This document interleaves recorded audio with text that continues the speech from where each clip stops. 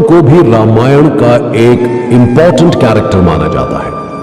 वो रावण के भाई थे और रावण और राम के बीच जो युद्ध हुआ था उसमें विभीषण ने राम की बहुत सहायता की थी। लंका की हर महत्वपूर्ण जानकारी और रावण की कमजोरी से उन्होंने राम को परिचित करवाया था और इस बात से श्री राम अति प्रसन्न थे। वो विभीषण को अपना सबसे अच्छा मित्र मानते थे। इतनी कहानी तो हम में से हर कोई जानता है और आप ये भी जानते होंगे कि युद्ध में श्री राम के हाथों रावण के मारे जाने के बाद श्री राम ने विभीषण को लंका का राजा बनाया था। विभीषण लंका का राजकाज देख रहे थे, परंतु उन्हें राम के दर्शन की आदत हो गई थी। जब भी उन्हें अवसर मिलता वो लंका से तुरंत अयोध्या भाग जाते और श्री राम के दर्शन किया करते। पर अब राम इस दुनिया को छोड़कर जाने लगे थे। विभीषण को जब ये बात पता चली तो हनुमान की भांति वो भी बहुत दुखी हुए और उन्होंने श्री राम से कहा कि ऐसे मैं तो जीवित ना रह पाऊंगा, मुझे भी आप अपने साथ ले चलिए। तब श्री राम ने कहा, नहीं, आपके जाने का समय अभी नहीं आया है। जैसे रावण और मेरे युद्ध में आपने मेरी सहायता की थी, वैसे ही कलयुग के अंत में एक बहुत भीषण युद्ध होगा जिसमें धर्म और अधर्म की एक बार फिर लड़ाई होगी और उस समय अधर्म को हराने के लिए आपको एक बार फिर मेरे ही एक अवतार का साथ देना होगा। वैसे ही सहायता करनी होगी जैसे आपने इस युद्ध में मेरी की। इतना कहकर श्री राम विभीषण से विदा ले रहे थे तो विभीषण ने कहा, आप कह रहे हैं तो मैं बस इसी उद्देश्य की पूर्ति तक जीवित रहूंगा, पर मुझे जो आपके दर्शन की आदत लग गई है उसके बिना मैं जीवित नहीं रह पाऊंगा। तब विभीषण से श्री राम ने कहा कि द्वापर युग में मैं कृष्ण के रूप में जन्म लूंगा। आप कृष्ण के रूप में मुझे देख पाएंगे और आगे जब कृष्ण भी इस दुनिया से चले जाएंगे तब जगन्नाथ स्वामी का एक बहुत बड़ा मंदिर ओडिशा में समुद्र किनारे बनेगा। वो मेरा सटीक रूप है और उसमें आप मेरे हर रूप के दर्शन कर पाएंगे। उस मंदिर के बनने तक आपको प्रतीक्षा करनी होगी। ऐसा कहकर श्री राम तो वहां से चले गए, पर विभीषण उसी प्रतीक्षा में लंका में रह गए।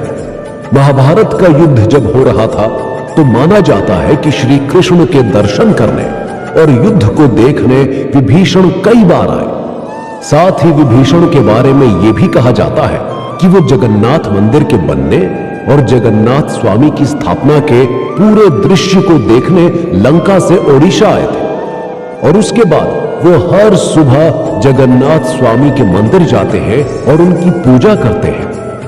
माना जाता है कि जगन्नाथपुरी में सबसे पहली पूजा विभीषण के द्वारा ही होती है और ये परंपरा आज तक बनी हुई है।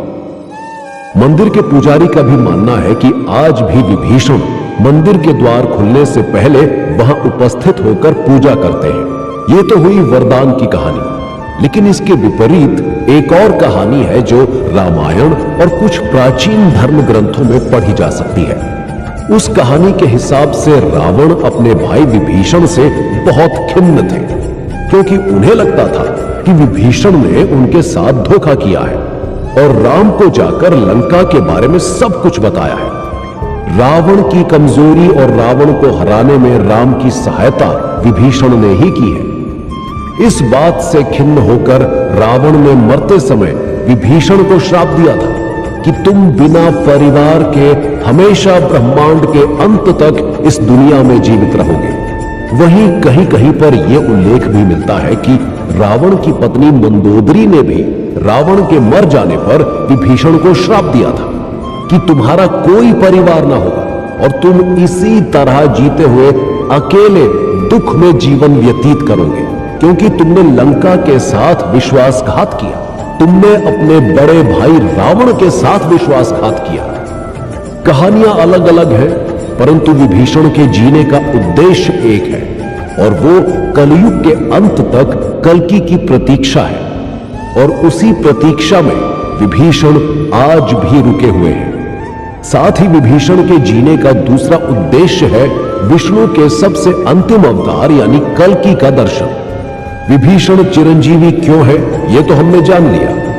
अब प्रश्न ये उठता है कि बाकियों की तरह वो रहते कहां हैं। तो कहा जाता है कि विभीषण को अगर देखना है तो आप उन्हें हर रोज सुबह जगन्नाथ स्वामी के मंदिर के आसपास देख तो नहीं सकते, पर महसूस अवश्य कर सकते हैं।